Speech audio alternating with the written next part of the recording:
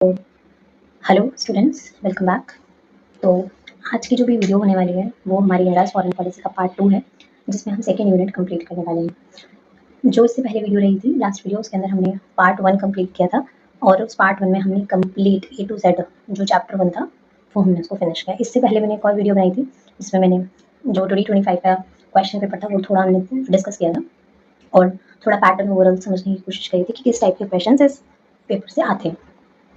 ठीक है, तो आज हम ये सेकेंड पार्ट के अंदर सेकेंड यूनिट कंप्लीट करने वाले हैं, India and the changing global power equations, जिसमें अलग अलग जो कंट्रीज हैं उनके साथ हम इंडिया के रिलेशंस पढ़ने वाले हैं। But before starting the class मुझे आप लोगों से कुछ बात करनी थी जो बहुत इंपॉर्टेंट है।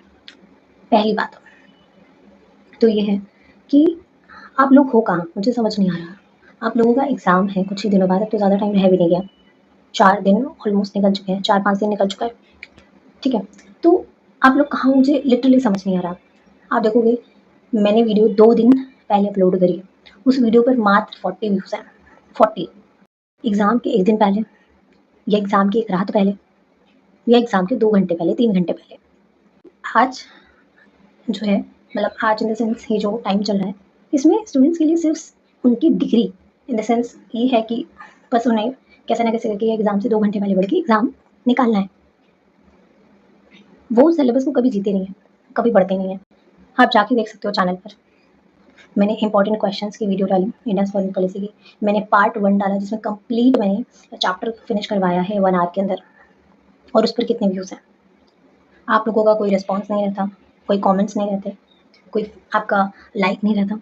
मैंने इसी वजह से मैं वीडियो भी नहीं ला रही थी, क्योंकि मुझे लग ही नहीं रहा था कि कोई सीरियस है। स्टूडेंट्स सिर्फ भाग रहे हैं पीडीएफ्स के पीछे। बहुत सारे स्टूडेंट्स को हो सकता है ये चीज़ बुरी लगे और बहुत सारे लोगों को हो सकता है बुरी लगे, जिस वजह से वो मुझे अनसब्सक्राइब भी कर दें। But I just want to tell you all कि आप लोगों को भी पता है मुझसे बेटर कि आप लोगों के कॉलेज ग्रुप्स में, फ्रेंड ग्रुप्स में जो भी पीडीएफ्स शेयर होते हैं एग्ज़ाम टाइम पे, वो किन के होते हैं, किन-किन लोगों के होते हैं। ठीक है, उनको खोलकर आपने पढ़ने की कोशिश करी है।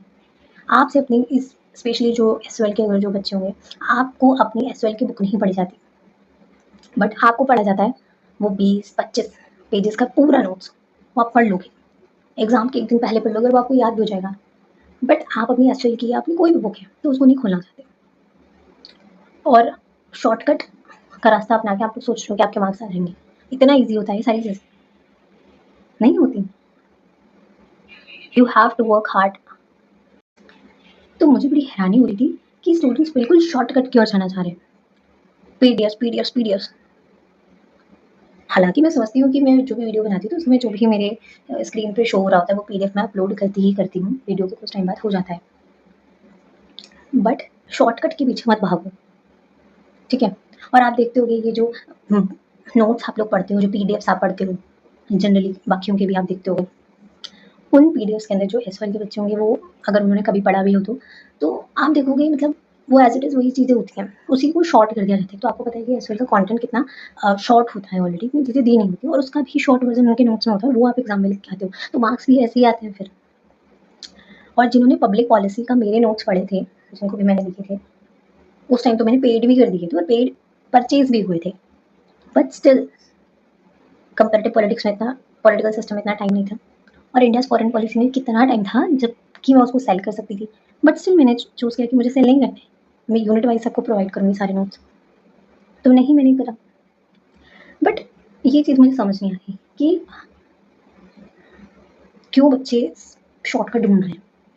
पब्लिक पॉलिसी के जो जिनके पास भी नोट्स होंगे वो बताएंगे ये चीज़, अगर एसवाईएल वाले बच्चे भी थे उनमें से, क्योंकि वो मुझे नहीं पता कि क्या वो चीज़ें, इतने सारे थिंकर्स, इतने सारी चीज़ें, इतना मटेरियल मेरे पास जो कुछ भी था वो सब मैंने कंपाइल करके पीडीएफ में डाल दिया था। क्या वो चीज़ें आपको किसी दूसरी अपनी एसवाईएल की बुक में मिलेंगी? नहीं मिलेंगी, क्योंकि वो बहुत सारी अलग अलग बुक्स पढ़ने के बाद बनाए गए नोट्स हैं, एज इट इज़ कहीं से और से कॉपी पेस्ट नहीं किया गया है, और वो आपको मेहनत दिख रही होगी। बट मेन बात ये है आजकल के टाइम में कि जो भी आपको प्रोवाइड किया जा रहा है, जो भी चीज़ें प्रोवाइड की जा रही हैं, अगर वो चीज़ कॉपी पेस्ट है तो वो आप लोगों को पसंद आती है और वो आपके लिए बहुत अच्छी है, जिसमें कम चीज़ें दी गई हैं, तो कम चीज़ें कम मार्क्स। और जो चीज़ें मेहनत से बनाई जा रही हैं, जिन चीज़ों में एफर्ट्स ज़्यादा लग रहे हैं, आप लोग उन चीज़ों की वैल्यू नहीं करते। ये कहना था और बहुत सारी ये बातें मेरे मन में थी। सो आई थॉट कि मुझे आपसे ये करनी चाहिए। बाकी हम छोड़ते हैं सब चीज़ों को आगे।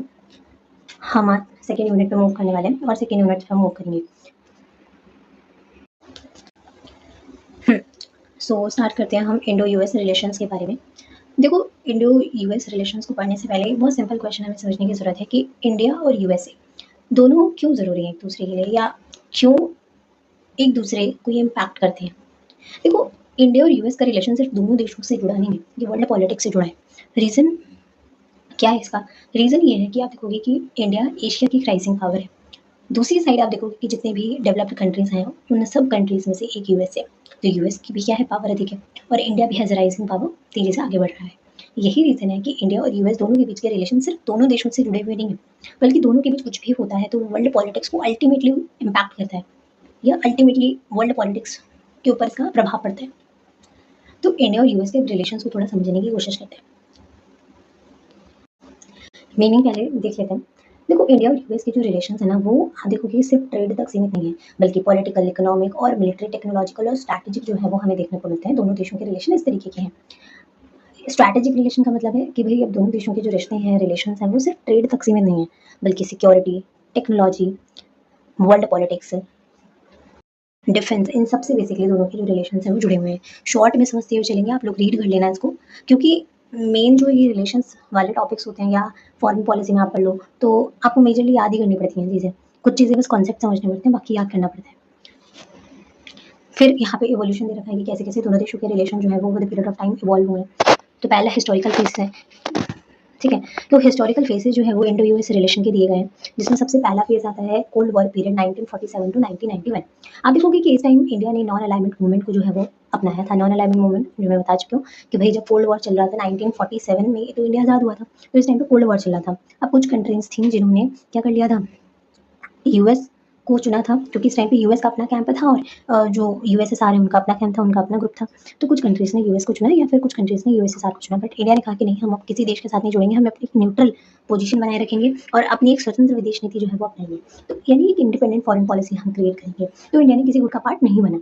इस टाइम पे इंडिया और यूएस के जो रिलेशंस हैं वो मिसट्रस्ट पर बेस्ड थे, यानी विश्वास नहीं था दोनों के बीच, ट्रस्ट नहीं था मेन तौर पे। क्योंकि आप देखोगे कि इस पूरे कोल्ड वॉर वाली फेज में इंडिया का थोड़ा झुकाव यूएसएसआर की तरफ रहा, और ये चीज़ यूएसए को पसंद नहीं थी। यूएसए चाहता था कि इंडिया उनके ग्रुप का पार्ट बन जाए, और वहीं दूसरी तरफ जो यूएसए था वो पाकिस्तान को मिलिट्री सपोर्ट देता था। तो ये चीज़ इंडिया को पसंद नहीं थी। तो इस टाइम पे विश्वास नहीं बन पाया दोनों देशों के बीच। ये मैंने यहाँ पे लिखा भी है, आप पढ़ लेना। नेक्स्ट आता है हमारा पोस्ट कोल्ड वॉर फेज। 1991 के अंदर पोस्ट कोल्ड वॉर फेज आया था। इस टाइम पे क्या क्या चीज़ें हुई, सोवियत यूनियन कोलैप्स हो गया, कोल्ड वॉर समाप्त हो गया, और इस टाइम पे इंडिया ने जो है वो इकोनॉमिक लिबरलाइजेशन को अपनाया था। इकोनॉमिक लिबरलाइजेशन का क्या मतलब है, आप देखोगे कि 1991 में इंडिया में इकोनॉमिक क्राइसिस आई थी, और उस टाइम पे इंडिया ने एलपीजी पॉलिसीज़ को अपनाया था, यानी इन्वेस्टमेंट को प्रमोट किया था, फॉरेन एक्सचेंज को प्रमोट किया था, ट्रेड को बढ़ाया था। तो यानी वर्ल्ड इकोनॉमी के साथ अपने आप को जुड़ा था। और इस टाइम हम देखोगे कि धीरे-धीरे करके एक रास्ता स्टार्ट हुआ इंडिया और यूएस रिलेशंस के लिए। और इस तरीके से आप देखोगे कि दोनों देशों के बीच ट्रेड में, डिफेंस, टेक्नोलॉजी, इन कुछ टॉपिक्स पर आप देखोगे कि रिलेशन थोड़े बेटर होते हैं। थर्ड है स्ट्रैटेजिक पार्टनरशिप एरा 2000 ऑनवर्ड्स। इस टाइम पे आप देखोगे कि धीरे-धीरे करके जो रिलेशंस हैं वो स्ट्रॉन्ग हुए दोनों देशों के बीच। डिफेंस हो गया, इंडो पैसिफिक स्ट्रैटेजी हो गया, ट्रेड हो गया, सिक्योरिटी हो गया। इन सभी क्षेत्र में इंडिया और यूएस दोनों का जो कोऑपरेशन है वो बेसिकली क्या है, बिल्डअप होने लगा। तो ये क्या है, एक फेजेस थे। इंडिया और यूएस के रिलेशंस किस तरीके से ग्रो हुए हैं वो, यानी स्टार्टिंग में समझने वाली बस इतनी बात है कि इंडिया और यूएस जो है वो दोनों ही दूसरे के लिए सिर्फ इम्पोर्टेंट नहीं है, उनके रिलेशंस पूरे वर्ल्ड के लिए या वर्ल्ड पॉलिटिक्स के लिए काफ़ी ज़्यादा इंपॉर्टेंट है, क्योंकि दोनों देशों के बीच जनरली कुछ भी होता है तो उसका इम्पैक्ट वर्ल्ड पॉलिटिक्स पे पड़ता है। फिर हमने इवोल्यूशन देखा कि कैसे फर्स्ट फेज था कोल्ड वॉर के टाइम पे।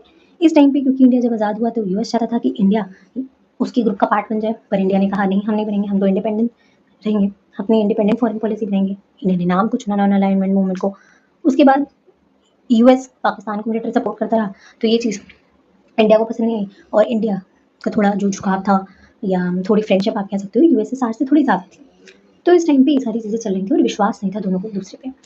उसके बाद हम पोस्ट कोल्ड वॉर फेज में आए, जब यूएसएसआर का डिसइंटीग्रेशन होता है और इकोनॉमिक क्राइसिस की वजह से इंडिया को एलपीजी पॉलिसीज अपनानी पड़ती हैं। जिसके थ्रू इंडिया ने अपनी इकोनॉमी को वर्ल्ड इकोनॉमी से जोड़ने की कोशिश करी। यूएस से धीरे धीरे हमारे टाइज होने लग गए।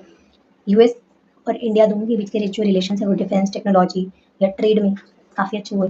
और धीरे धीरे 2000 के बाद से आप देखोगे कि रिलेशन सिर्फ ट्रेड तक सीमित नहीं है, अब ट्रेड के साथ साथ security, defence technology, Indo Pacific strategy, ठीक है, इन सभी मुद्दों पर रिलेशंस बेहतर हो रहे हैं और मजबूत हो रहे हैं। यहाँ पर आप लोग देख सकते हो कि मैंने एरियाज ऑफ कोऑपरेशन दिए गए हैं कि किस तरीके से डिफेंस में हो रहा है। और ये जो कुछ फैक्ट्स हैं जो बहुत ज़्यादा याद रखने हैं, जैसे इंडिया और यूएस जो है वो दोनों की एक जॉइंट मिलिट्री एक्सरसाइज होती है जिसे युद्ध अभ्यास कहते हैं। ये काफ़ी इंपॉर्टेंट है। इंडिया और यूएस दोनों मिलकर करते हैं, दोनों की एक जॉइंट मिलिट्री एक्सरसाइज है ये। इसी तरीके से आप देखोगे defence, trade and weapon cooperation होता है, स्ट्रैटेजिक कोऑपरेशन इन इंडो पैसिफिक।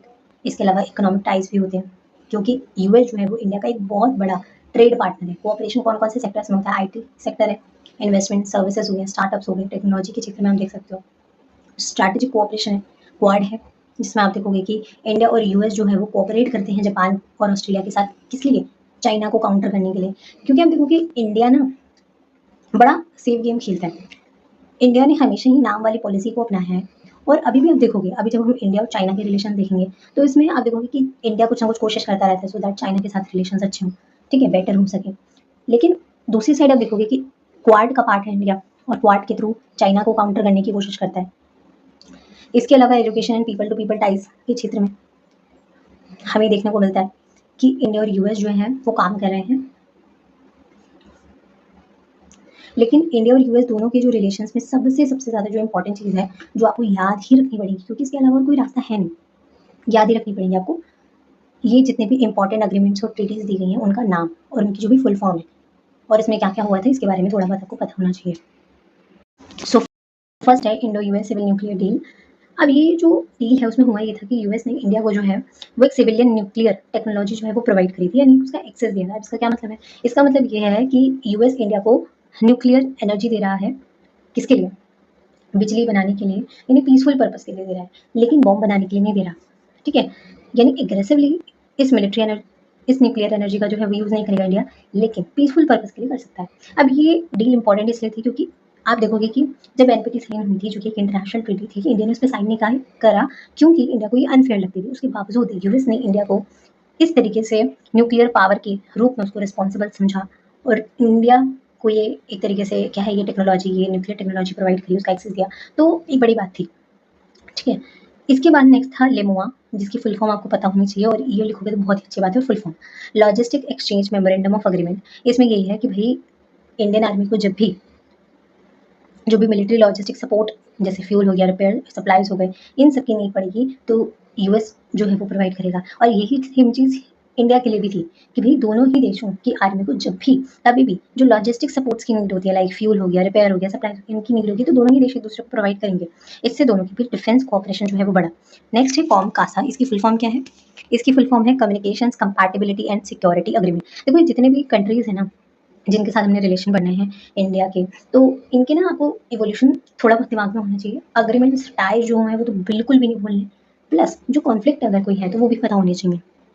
तो कॉम कासा का क्या काम है? कॉम कासा बेसिकली कम्युनिकेशन के लिए, so that secure military communication sharing जो है वो की जा सके। और इससे क्या हुआ है कि जो डिफेंस टेक्नोलॉजी है वो काफ़ी एडवांस हो गई, उसमें काफ़ी बेहतरी है, इंप्रूवमेंट हुआ। बी का है basic exchange and cooperation agreement, ठीक है। इसके बाद 1, 2, 3 अग्रीमेंट, ये एक लीगल फ्रेमवर्क था सिविलियन न्यूक्लियर कोऑपरेशन के लिए दोनों देशों के बीच। तो ये सारे बहुत ज़्यादा इंपॉर्टेंट हैं, ये याद होनी चाहिए अच्छे से। टाइज हमने पढ़ लिया कि किस तरीके से जितनी भी मिलिट्री एक्सरसाइजेस होती हैं इंडिया और यूएस के बीच, उनमें से एक युद्ध अभ्यास बहुत इंपॉर्टेंट है। इसके बाद मेजर कॉन्फ्लिक्ट्स में थोड़ा आ जाते हैं कि क्या दोनों देशों के बीच कॉन्फ्लिक्ट के एरियाज हैं। सो फर्स्ट दोनों देशों के बीच जो बड़ा कॉन्फ्लिक्ट का मुद्दा है वो है पाकिस्तान इशू। क्योंकि आप देखोगे कि जब से इंडिया और यूएस के बीच रिलेशन स्टार्ट हुए तब से आप देखोगे कि पाकिस्तान की ओर झुकाव यूएस का रहा है ज़्यादा, है ना। और पाकिस्तान इंडिया का जो है वो दुश्मन है, और यही रीज़न है कि यूएस ने हिस्टोरिकली सपोर्ट किया है पाकिस्तान को, इसलिए इंडिया को ये चीज़ पसंद नहीं है। नेक्स्ट 1971 का बांग्लादेश वॉर, आप देखोगे कि इस बांग्लादेश वॉर के अंदर इंडिया ने पार्टिसिपेट किया था और यूएस ने डिप्लोमेटिकली आप देखोगे पाकिस्तान को सपोर्ट किया था। और यही चीज़ है कि ये चीज़ इंडिया को नहीं पसंद।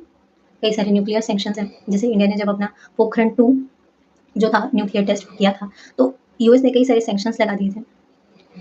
इसके बाद ट्रेड डिस्प्यूट्स भी हैं जो आप देखोगे कि कुछ समय पहले भी काफ़ी चर्चा का विषय था कि किस तरीके से जो टैरिफ्स हैं, वीज़ा इश्यूज़ हैं, इंटेलेक्चुअल प्रॉपर्टी कंसर्न्स हैं, ये बहुत इंपॉर्टेंट डिस्प्यूट का कारण बन जाता है यूएस और इंडिया के बीच। टैरिफ क्या होता है? टैरिफ एक टाइप का टैक्स होता है जो कि इंपोर्टेड गुड्स पर लगाया जाता है। हाँ, ऊपर में न्यूक्लियर सैंक्शंस बताना भूल गई। सैंक्शंस का क्या मीनिंग होता है? सैंक्शंस का मतलब होता है एक तरह की पनिशमेंट, चाहे वो इकोनॉमिक हो या डिप्लोमेटिक कोई पनिशमेंट हो, ठीक है। इसके अलावा रशिया इशू भी बहुत ज़्यादा है। जैसे इंडिया का दुश्मन है पाकिस्तान, और यूएस जब पाकिस्तान से बात करता है तो इंडिया को ये चीज़ पसंद नहीं है। मतलब बिल्कुल फ्रेंड्स, अपने फ्रेंड्स से इस चीज़ को करेक्ट करके देखो। दो दोस्त हैं, अब जो पर्सन ए है, दो दोस्त हैं यहाँ पे आप देख सकते हो। ये जो थर्ड पर्सन है यहाँ पे, ये पर्सन ए की दोस्ती तो इससे है, लेकिन ये जो है वो इसका दोस्त नहीं है। तो ये जो पर्सन है वो इसको भी कहेगा कि भाई तुम इस वाले पर्सन से बात मत करना क्योंकि मेरी उससे दोस्ती नहीं है, और या फिर वो पसंद नहीं करता उन दोनों को साथ में देखना। तो यही चीज़ है कि भाई रशिया की दोस्ती इंडिया से है क्योंकि रशिया और इंडिया के बीच के जो रिलेशंस हैं, डिफेंस टाइज हैं, वो काफ़ी पुराने रहे हैं, और यूएस को ये चीज़ पसंद नहीं है। सो पॉइंट 5 है why Indo US relations are important, कि भैया इंडिया और यूएस के रिलेशंस क्यों इंपॉर्टेंट है। तो पहला तो ये है counter balance China in Indo Pacific, कि भाई इंडो पैसिफिक क्षेत्र में, इंडो पैसिफिक एरिया में जो चाइना का इन्फ्लुएंस काफ़ी बढ़ रहा है, उसको बैलेंस करने के लिए आप देखोगे कि अभी हमने क्वाड के बारे में पढ़ा था। इसी तरीके से आप देखोगे कि इंडिया और यूएस दोनों देशों की भी डिफेंस और स्ट्रैटेजिक कोऑपरेशन है, यानी रिलेशन सिर्फ ट्रेड तक सीमित नहीं है, ठीक है। अब सिक्योरिटी, डिफेंस, टेक्नोलॉजी, कई सारी एरियाज तक दोनों के रिलेशन बढ़ चुके हैं। इकोनॉमिक ग्रोथ और इन्वेस्टमेंट को लेकर भी है।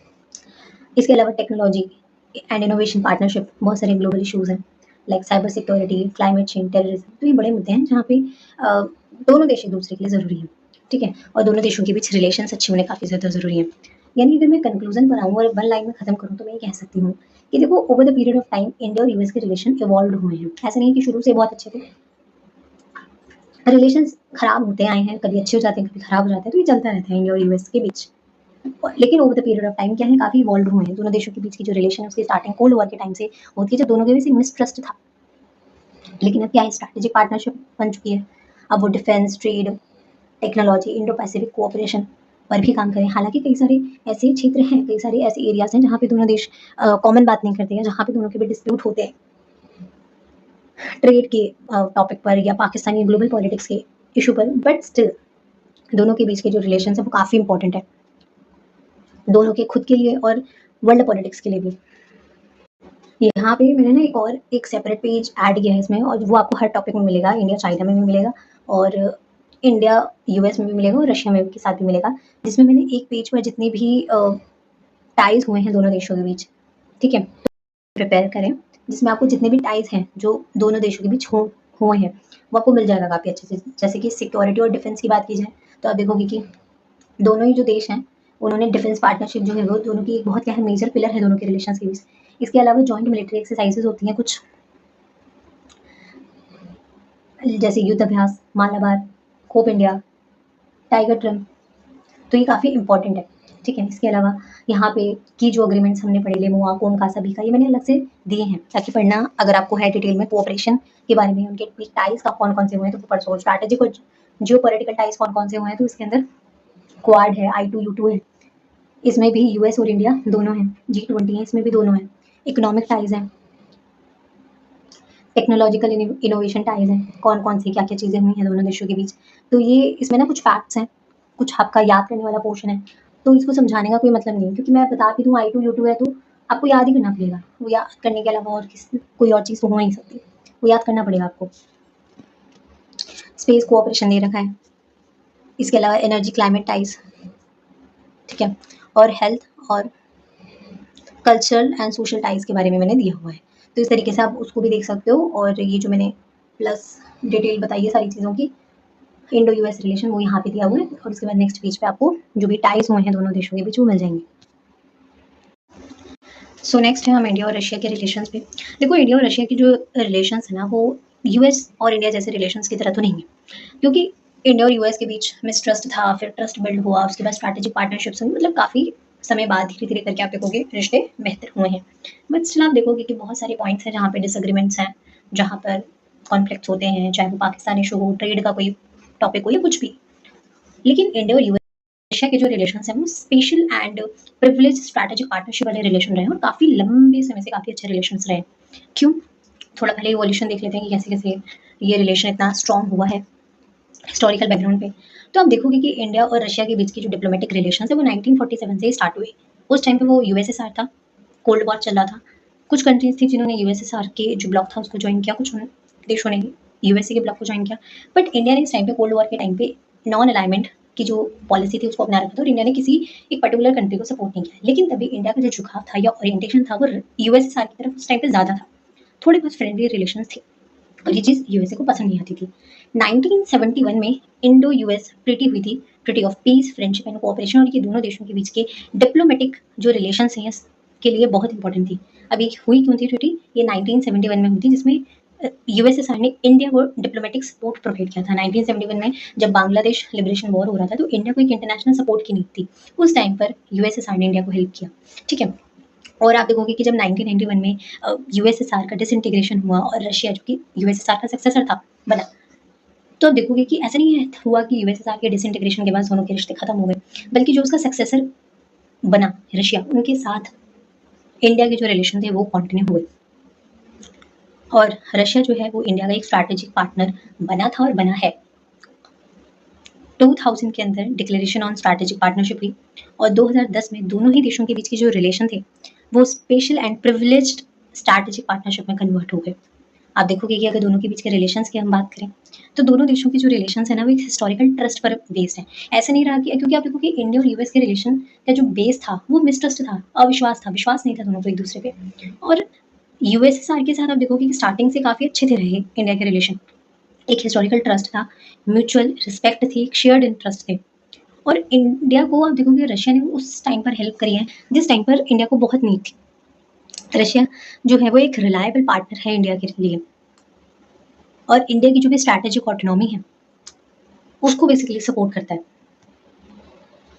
नेक्स्ट आते हैं हम मेजर एरियाज ऑफ कोऑपरेशन, जिसमें फर्स्ट है डिफेंस एंड स्ट्रैटेजिक कोऑपरेशन, जिसमें आप देखोगे कि इंडिया और रशिया के बीच के जो रिलेशन है वो क्या है, स्ट्रॉन्गेस्ट पिलर है स्ट्रैटेजिक और डिफेंस कोऑपरेशन के लिए। क्योंकि आप देखोगे कि रशिया जो है वो इंडिया के लिए एक बहुत बड़ा एक लार्जेस्ट डिफेंस सप्लायर है, जो कि फाइटर एयरक्राफ्ट हैं, टैंक्स हैं, सबमरीन है, मिसाइल सिस्टम है, इन सबको क्या करता है, इन सबका एक बहुत बड़ा सप्लायर है। जो मेजर प्रोजेक्ट्स हैं जिसमें आप ब्रह्मोस मिसाइल देख सकते हो, S-400 देख सकते हो, ये एयर डिफेंस सिस्टम है। इसके अलावा T-90 tanks, Sukhoi and MiG aircraft. तो ये जो दोनों देशों के बीच का कोऑपरेशन है वो डिफेंस टेक्नोलॉजी को और जो जॉइंट प्रोडक्शन है ना उसको काफ़ी ज़्यादा इंक्रीज कर रहा है और ग्रोथ हो रही है इसके थ्रू। इसके अलावा एनर्जी कोऑपरेशन की आप बात करोगे तो देखो हर कंट्री चाहती है कि उसके पास ज़्यादा से ज़्यादा एनर्जी रिसोर्सेज हो, यानी एनर्जी सिक्योरिटी उसके बाद प्रॉपर। तो इंडिया की एनर्जी सिक्योरिटी को मेंटेन करता है कहीं ना कहीं रशिया। एनर्जी सिक्योरिटी का मतलब है कि कंट्री के पास जितनी भी ज़रूरत है उतने अमाउंट में जो भी एनर्जी है, जैसे ऑयल है, गैसेज है और जो भी इलेक्ट्रिसिटी है वो हो। तो रशिया जो है वो इंडिया को जो भी क्रूड ऑयल है, नेचुरल गैसेज है और कोल है उसका सप्लाई करता है।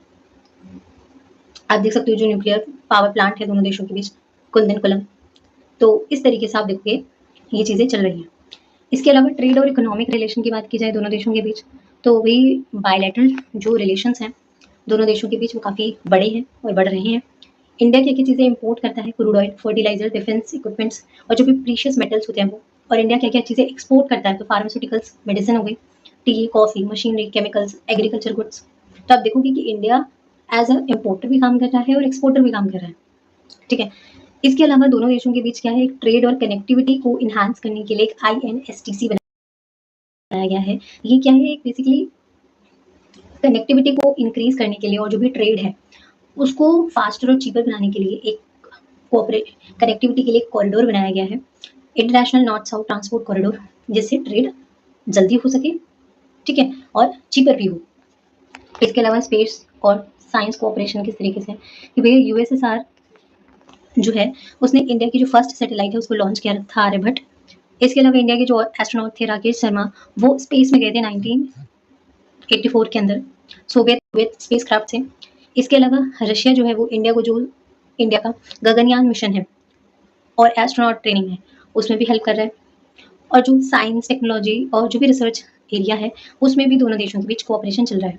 अगर मैं इंटरनेशनल फोरम्स की बात करूँ तो ब्रिक्स है, एचसीओ है, यूएन G20 बहुत सारे फोरम्स ऐसे हैं जहाँ पे इंडिया रशिया दोनों एक दूसरे के बीच कोऑपरेशन हमें देखने को मिलता है। इसके अलावा यूएन की जो सिक्योरिटी काउंसिल है उसमें इंडिया चाहता है कि जो ये चाइना, फ्रांस, रूस यानी रशिया, ब्रिटेन और अमेरिका ये जो कंट्रीज है ना इनके साथ साथ इंडिया भी चाहता है कि उसे परमानेंट मेंबर की ऐसा मेंबरशिप मिल जाए, लेकिन नहीं मिली है अभी तक। तो इंडिया बार बार ही प्रयास कर रहा है।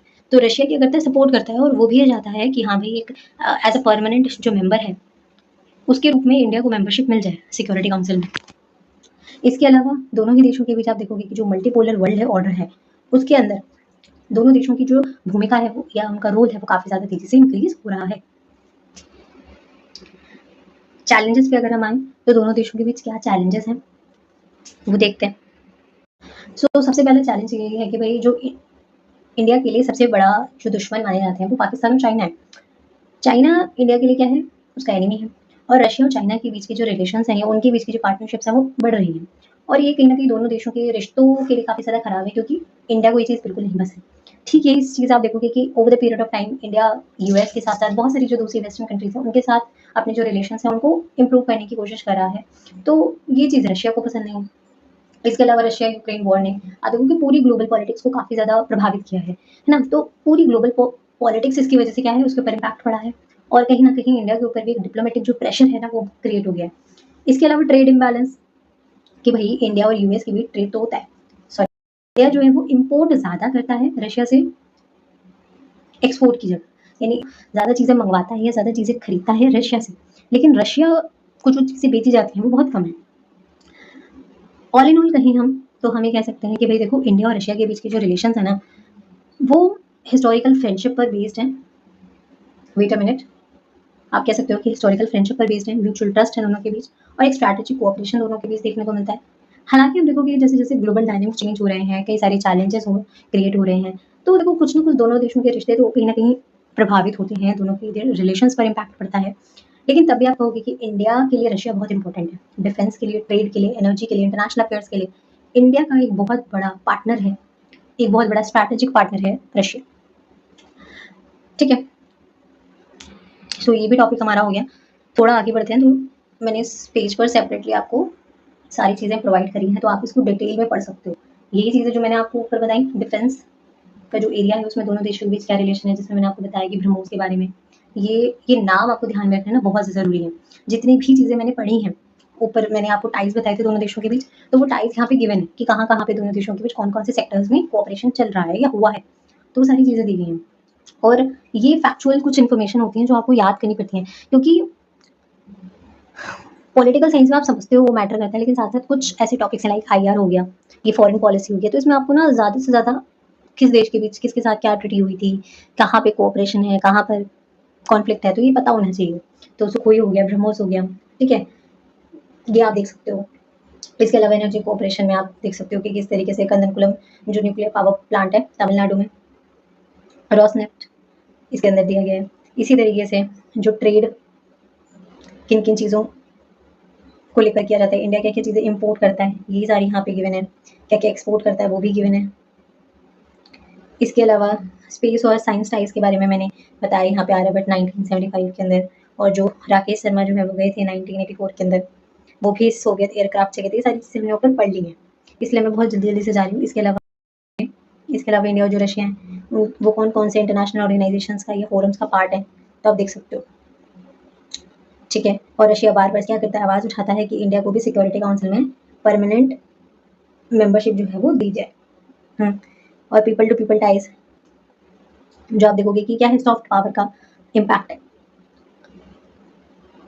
ठीक है, क्योंकि आप देखोगे कि इंडियन कल्चर के जो लोग हैं या इंडियन जो भी बॉलीवुड फिल्म्स हैं उनके बहुत बड़े फैंस हैं एग्जैक्टली जो रशिया के अंदर रहते हैं। ठीक है, जो लोग पसंद करते हैं। इम्पोर्टेंस क्या है, तो यहाँ पे आप देख सकते हो कि कैसे स्ट्रैटेजिक पार्टनर है इंडिया के लिए, एक मेजर सप्लायर है डिफेंस इक्विपमेंट्स और टेक्नोलॉजी के लिए। इसके अलावा इंडिया की जो एनर्जी सिक्योरिटी है और न्यूक्लियर एनर्जी नीड्स हैं उनको फुलफिल करने के लिए जो रशिया है वो कंट्रीब्यूट करता है। इसके साथ ही साथ जियो पॉलिटिक्स के अंदर एक स्ट्रैटेजिक बैलेंस बनाए रखता है, चाहे वो स्पेस हो गया, साइंस हो गया, हाई टेक्नोलॉजी के अंदर जो है वो दोनों देशों के बीच कोऑपरेशन है। तो ये कुछ मेजर चीज़ें हैं जो यहाँ पे हमने देख ली। कुछ चैलेंजेस पे भी बात कर ली जो एग्जैक्टली सेम है जो हमने लास्ट पेज पर हमने देखी थी। इंपॉर्टेंट फैक्ट्स, ये वाला कॉलम बहुत इंपॉर्टेंट है आपके लिए, क्योंकि ये जो मैंने ऐड किया है ना टाइमलाइन, वो आपके लिए स्पेसिफिकली ऐड किया है। 1947 में कैसे दोनों देशों के बीच रिलेशन स्टैब्लिश होते हैं। 1971 में Indo Soviet treaty of peace friendship जो है वो हुई थी। 1991 के अंदर यूएसएसआर कोलैप्स हो गया, रशिया बन गया था। 2000 के अंदर क्या हुआ, स्ट्रैटेजिक पार्टनरशिप डिक्लेयर की गई थी।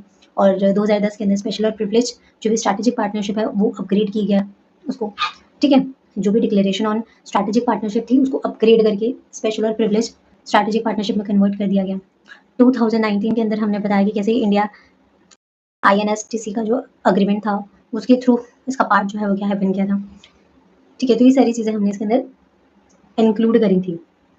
ओवरऑल इंडिया और रशिया के बीच के जो रिलेशंस हैं वो historical trust, strategic cooperation, mutual जो भी इंटरेस्ट है उस पर बेस्ड है। और यही रीज़न है कि दोनों देशों के बीच जो पार्टनरशिप है वो काफ़ी स्ट्रॉन्ग है।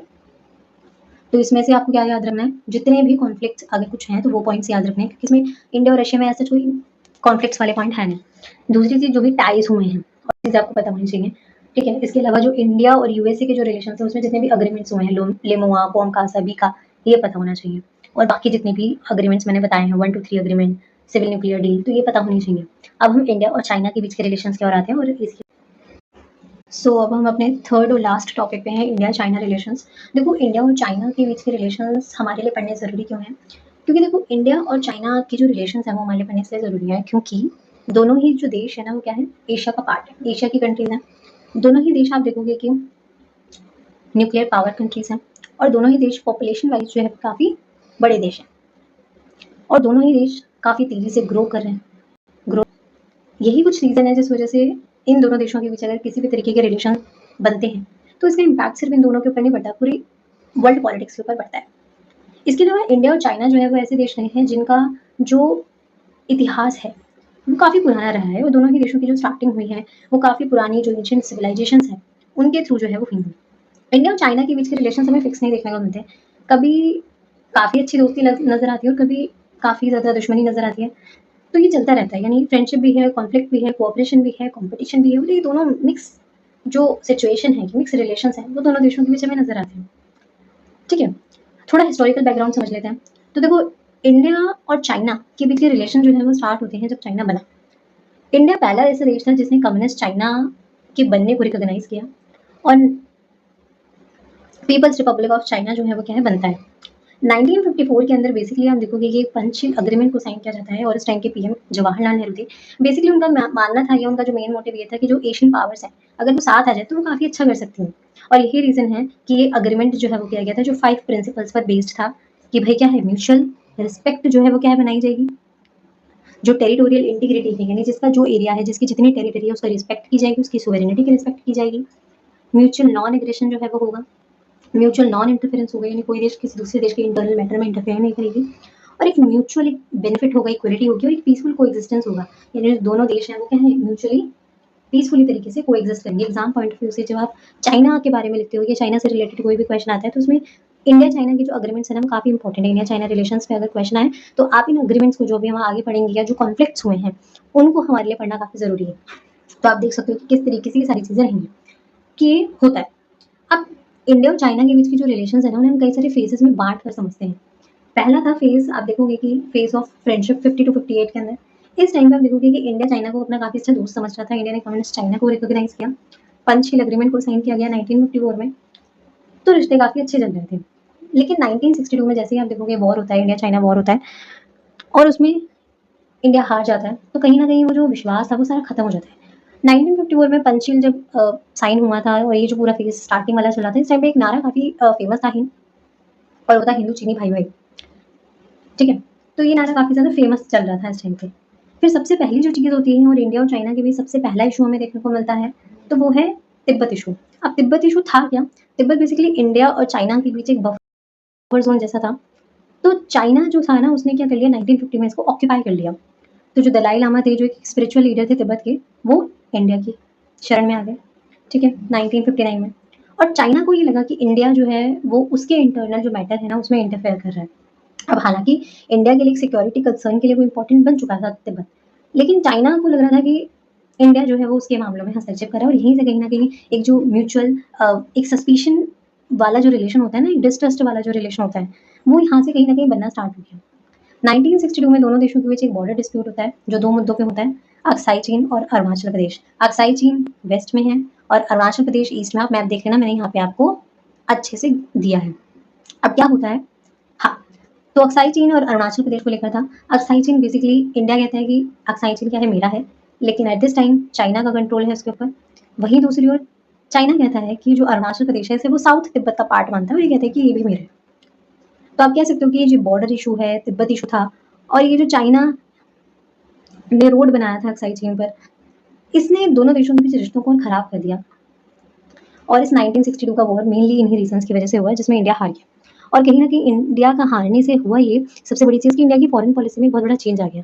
इस टाइम इंडिया जो कि इससे पहले पीस पर बात कर रहा था, पीस की बातें कर रहा था, इसके बाद इंडिया की जो फॉरेन पॉलिसी है वो काफ़ी रियलिस्टिक और मिलिट्री प्रिपेयर्डनेस पर बेस्ड जो है वो हो गई।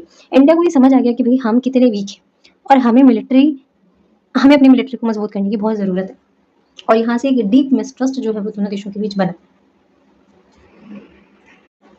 उसके बाद आते हैं कोल्ड रिलेशंस। इस टाइम पे आप देखोगे कि इंडिया और चाइना के बीच की जो डिप्लोमेटिक रिलेशंस हैं वो वीक ही हुए, बॉर्डर टेंशंस कंटिन्यू रही और इस टाइम कह सकते हो कि जो रिलेशंस हैं वो और ज़्यादा खराब हुए।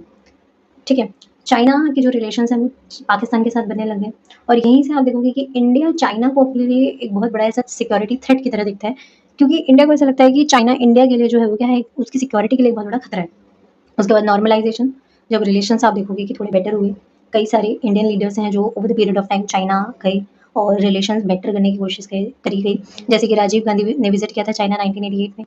कुछ एग्रीमेंट्स हुए थे, जैसे 1993 का बॉर्डर पीस एग्रीमेंट जो है वो हुआ था, ये आप देख सकते हो, बॉर्डर पीस एग्रीमेंट हुआ था। इसके अलावा 1996 के अंदर जो है वो बेसिकली कॉन्फिडेंस बिल्डिंग मेजर्स हुए थे, बॉर्डर टॉक्स जो थी उनको रिज्यूम किया गया था और थोड़े रिलेशंस को बेटर करने की कोशिश की गई थी। अगर मैं दिस टाइम बताऊँ आपको कौन-कौन से टॉपिक्स ऐसे हैं जहाँ पे दोनों देशों के बीच क्या चल रहा है, टेंशन्स जो थी दोनों देशों के बीच उसको थोड़ा बेटर करने की एटलीस्ट कोशिश की जा रही है। तो टेम्परेरी फेज को देख लेते हैं। सबसे पहला है डोकलाम स्टैंड ऑफ, 2017 में हुआ था ये। डोकलाम है कहाँ, तो डोकलाम भूटान के पास एक स्ट्रैटेजिक एरिया है। अब हुआ ये कि 2017 में चाइना जो है वो यहाँ से अपना रोड बनाने लगा। अभी क्योंकि इंडिया की सिक्योरिटी के लिए एक बहुत बड़ा थ्रेट था, तो इंडियन आर्मी जो थी और जो चाइनीज़ आर्मीज़ थी वो आमने-सामने आ गई इस रोड के बनने के बाद, और यही था Doklam stand of.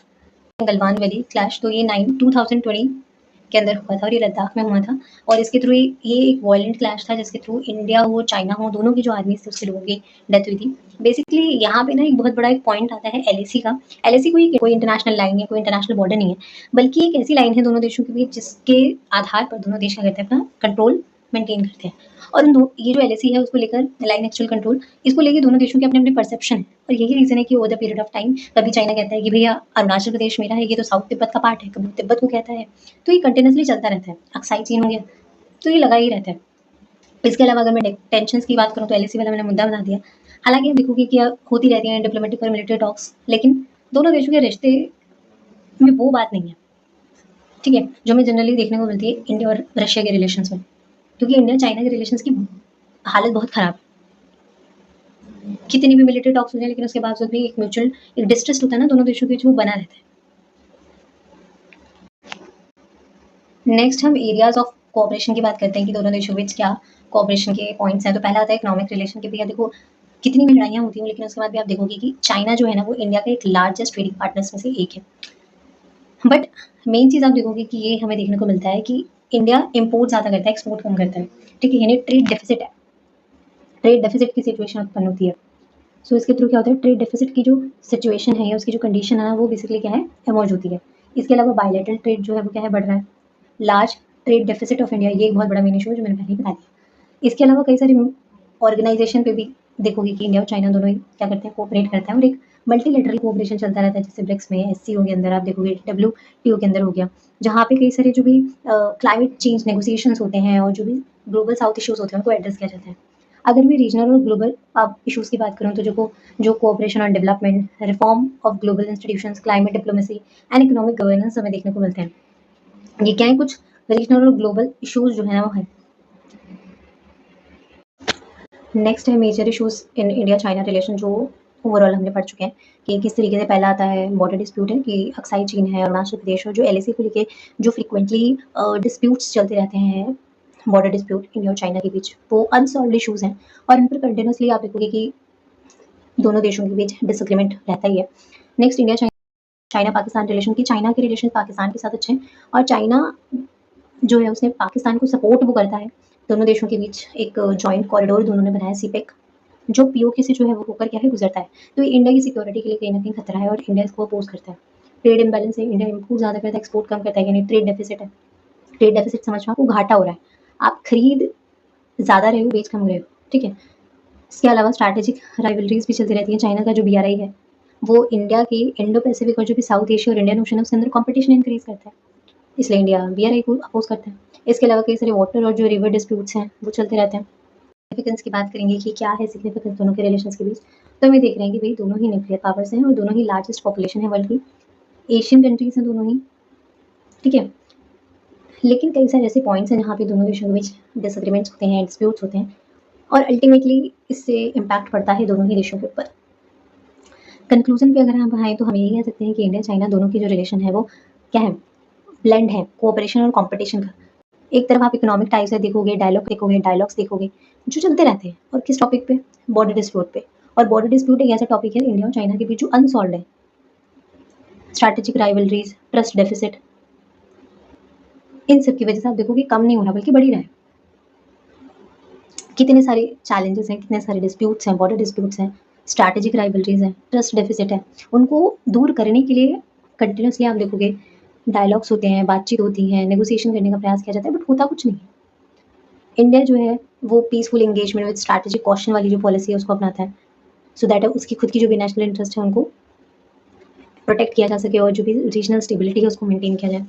Next page पे मैंने बहुत सिंपल सी सारी चीज़ें दी हैं, मतलब एक क्विक रिवीजन के लिए है, इसमें बहुत छोटी छोटी चीज़ें दी हैं कि भाई 50 के अंदर आप देखोगे पीपल्स रिपब्लिक ऑफ चाइना जो है वो इंडिया उसको रिकॉग्नाइज करता है। 54 के अंदर पंचशील एग्रीमेंट को साइन किया जाता है।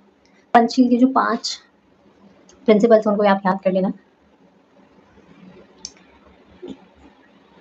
ठीक है। उसके बाद 1959 में तिब्बत इशू जो है वो होता है, दलाई लामा इंडिया आते हैं और इंडिया और चाइना के बीच क्या है, टेंशन से स्टार्ट हो जाती है। चाइना जो है वो बेसिकली ये पसंद नहीं करता कि दलाई लामा जो है वो इंडिया जाते हैं और इंडिया में वो शरण लेते हैं, क्योंकि उन्हें ऐसा लगता है कि इंडिया उनके इंटरनल मैटर में इंटरफेयर कर रहा है और एक म्यूचुअल डिस्ट्रस्ट जो है वो बनता है। 62 में इंडिया चाइना वॉर होता है अक्साई चीन और अरुणाचल प्रदेश को लेकर।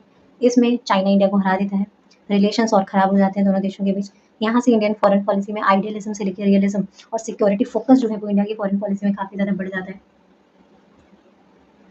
1963 से लेकर 87 में आप देखो कि कोल्ड रिलेशंस थे, बॉर्डर टेंशंस कंटिन्यू थी। 88 में राजीव गांधी चाइना जाते हैं जो बायलैटरल रिलेशंस के लिए टर्निंग पॉइंट था। 1993 के अंदर जो है वो आप देखोगे कि अग्रीमेंट किया जाता है। कुछ अग्रीमेंट इंपॉर्टेंट है, जैसे कि ये वाला अग्रीमेंट हो गया, ये आप देख सकते हो, ये है इंपॉर्टेंट, दैट्स इट, ठीक है। पीस को मेंटेन करने के लिए 1996 के अंदर agreement on confidence building measures on military field, ये भी इंपॉर्टेंट है। और 2003 के अंदर declaration on principles of relation and comprehensive cooperation, ये भी काफ़ी इंपॉर्टेंट है। जो मिलिट्री जो भी टेंशन थी उनको रिड्यूस करने के लिए किया गया था। 2003 में जो किया गया था वो एक लॉन्ग टर्म कोऑपरेशन था। 2005 के अंदर आप देखोगे कि political parameters and guiding principles for better settlements. 2013 के अंदर एक अग्रीमेंट होता है बॉर्डर डिफेंस कोऑपरेशन अग्रीमेंट,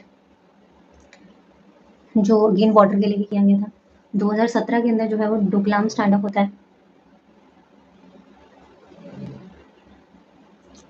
ठीक है। 2020 के अंदर गलवान वैली क्लैश होता है, मैंने बता ही दिया कि क्या था ये, ठीक है।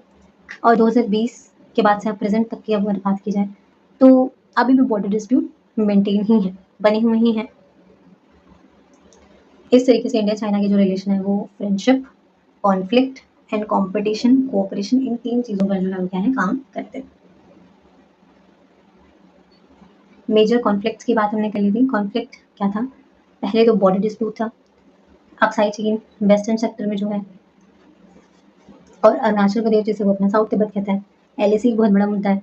इसके अलावा चाइना पाकिस्तान, मैंने आपको बता दिया कि भैया चाइना और पाकिस्तान जो है वो क्या है, अलाय, क्लोज अलाइज। चाइना पाकिस्तान जो इकोनॉमिक कॉरिडोर बनाया गया है सीपेक, जो है वो पाकिस्तान ऑक्यूपाइड जो कश्मीर है पीओके उससे होकर पास होता है, ठीक है। इसके अलावा ट्रेड इम्बैलेंस काफ़ी ज़्यादा है, ट्रेड डेफिसिट फेस करता है इंडिया। स्ट्रैटेजिक राइवलरी है कि भाई किस तरीके से जो एशिया के अंदर जो है वो चाइना की वजह से क्या हो रहा है, कंपटीशन इंक्रीज हो रहा है। चाइना का जो प्रेजेंस है ना इंडियन ओशन रीजन में, वो इंडिया की सिक्योरिटी के लिए काफ़ी खतरे वाली बात है। बेल्ट एंड रोड जो भी इनिशिएटिव है उसके थ्रू आप देख रहे हो कि चाइना का क्या है, एक मेगा इंफ्रास्ट्रक्चर प्रोजेक्ट है ग्लोबल कनेक्टिविटी के लिए। इसके थ्रू चाइना का जो स्ट्रैटेजिक इन्फ्लुएंस है ना वो काफ़ी बढ़ जाता है। इसके अलावा वाटर और रिवर इशूज़ है कि भाई ब्रह्मपुत्र रिवर को लेकर चलता है। इसके अलावा कौन-कौन से मिलिट्री टेंशन्स हुई थी उनको एक बार फिर से यहाँ पे दिया हुआ है। सो इसी के साथ हमारा ये टॉपिक भी फिनिश होता है और इसी के साथ हमने पार्ट 2 भी सक्सेसफुली फिनिश कर लिया है। वीडियो के एंड तक बने रहें तो इट मीन्स आपके लिए वीडियो हेल्पफुल रही होगी और आपको समझ आई होंगी चीज़ें, क्योंकि देखो याद करने वाली चीज़ें तो आपको याद करनी पड़ेंगी, but the main point is कि आपके लिए टॉपिक ईज़ी बनाओ, क्योंकि चीज़ें समझनी बहुत मुश्किल हो जाती हैं। बहुत सारा इसमें ऐसी चीज़ें हैं जो आपको याद करनी है, कुछ चीज़ें समझनी है। देखिए मैंने काफ़ी अच्छे से आपको समझाया है और इसके बाद आपको इसमें कोई दिक्कत परेशानी नहीं होगी, ठीक है। और सिंपल से सिंपल जितनी तरीके से हो सकता है वैसे मैंने समझाने की कोशिश करी है ताकि सबको समझ आ जाए। फिर से मैं बता देती हूँ कि ये जो भी मैं पार्ट 2 अपलोड करूँगी उसका जो पीडीएफ है वो आपको टेलीग्राम ग्रुप पर ही मिल जाएगा। और एक और, अगर आपको ये वीडियो अच्छी लगी हो, हेल्पफुल हो आपके लिए और आपको लगा हो कि हाँ एग्ज़ाम में मेरी इस वीडियो से तो एटलीस्ट कोई ना कोई हेल्प मुझे मिली है, मुझे इस पेपर को समझने में काफ़ी मदद मिली है, तो इस वीडियो को लाइक शेयर ज़रूर कीजिएगा। चैनल को सब्सक्राइब भी करिए, चैनल को सब्सक्राइब करना मत भूलिएगा। अगर आप तो इसके लिए तो कोई चार्जेस नहीं है। तो बस खत्म करते हैं इस वीडियो को और मिलते हैं पार्ट 3 में। Thank you for watching.